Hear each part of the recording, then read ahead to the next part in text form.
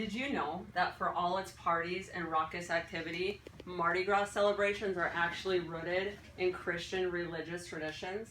Mardi Gras, otherwise known as Fat Tuesday, traditionally marks the final day before the Lenten season begins. On this day, it is widely acceptable to overindulge in anticipation of the coming weeks of diet restrictions. The weeks leading up to Mardi Gras are filled with parties and activities ranging from parades to feasts. And in the next few minutes, I will give you some insight as to what happens in the lead up to Mardi Gras in New Orleans, Louisiana. The population of New Orleans nearly doubles in the week leading up to Mardi Gras, and each night marks parades by different crews or groups that are massed for the parades. Crew is a French word and refers to the social organizations that put on parades and parties during the Mardi Gras season. On Wednesday night begins the Parade of the Druids. The Druids are a masked crew of 200 members who have never revealed any of their identities. On Thursday, there's a parade by the all-women crew, the Mystic Crew of Nyx. The Mystic Crew of Nyx is widely known for their flamboyantly decorated purses. They've been a crew since 2011, and they are the only all-women crew. On Friday night, the parade of the Crew of Hermes and the Crew d'Etat. The Crew of Hermes was the first crew to use neon lights on their floats, and it is now their signature float. They also are a crew of over 700 male riders. According to GoNOLA.com, which is New Orleans tourism website, the Monday before Mardi Gras is known as Lundi Gras, or Fat Monday. This day includes an all-day party, the Uptown Parade, and the arrival of the out-of-town crews. The Uptown Parade will find such prestigious crews as the Crew of Proteus and the Crew of Orpheus. This also marks the arrival of crews from outside of New Orleans. There's an all-day party thrown on Canal Street. At this party, you can witness elaborate costumes such as the masked and feathered costumes made especially for Mardi Gras. You can also sample a lot of traditional food.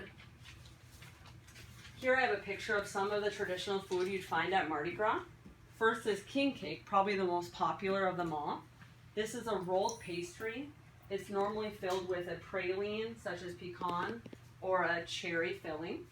It's covered in icing, which is decorated in the traditional colors of Mardi Gras, which are green, yellow, and purple. Jambalaya is another dish commonly found during Mardi Gras. It's a rice dish with shrimp and sausage and Cajun seasoning. There's also hush puppies. They're fried dough similar to a donut. You can find them with different toppings and different dipping sauces. On Tuesday, the Mardi Gras Day festivities begin, and the streets around Bourbon Street and throughout New Orleans will be filled with people. Transportation can be quite tricky on Mardi Gras because of the overabundance of people. So it's important, if you're visiting, to memorize shuttle locations and shuttle times. You can also rent carriages or travel by feet. There are many balcony parties, and these are a popular Mardi Gras Day event. These are the parties you often see on television and the internet, where people are standing on the balconies as the parade goes by. You can rent these balconies from a lot of local businesses and hotels for a fee. And then you can participate in the parade throws. The parade throws are where they commonly throw items from the parade up to the balconies. These can include things such as beads or small toys. A lot of crews even throw out more expensive items, such as purses, shoes, or other clothing items. Mardi Gras will include parades all day and well into the night. Also on this day, you'll find the biggest and most prestigious of all the Mardi Gras crews. Masks are allowed throughout the city on Mardi Gras and are encouraged. A lot of businesses that would be susceptible to security risks from people wearing masks, such as banks, are closed for the day, and a lot of service stations or gas stations have signs outside saying that you must remove your mask before you enter the building. However, if you are on a float during the parade, the law in New Orleans is that you must wear a mask. For all its stigma and the pictures and videos you see about Mardi Gras, the tradition and magic is undeniable. A celebration rooted and thousands of years of history and tradition is an event anyone would be lucky to experience. I hope you leave here with a little more knowledge and insight into the celebrations surrounding Mardi Gras than what you came with. Thank you.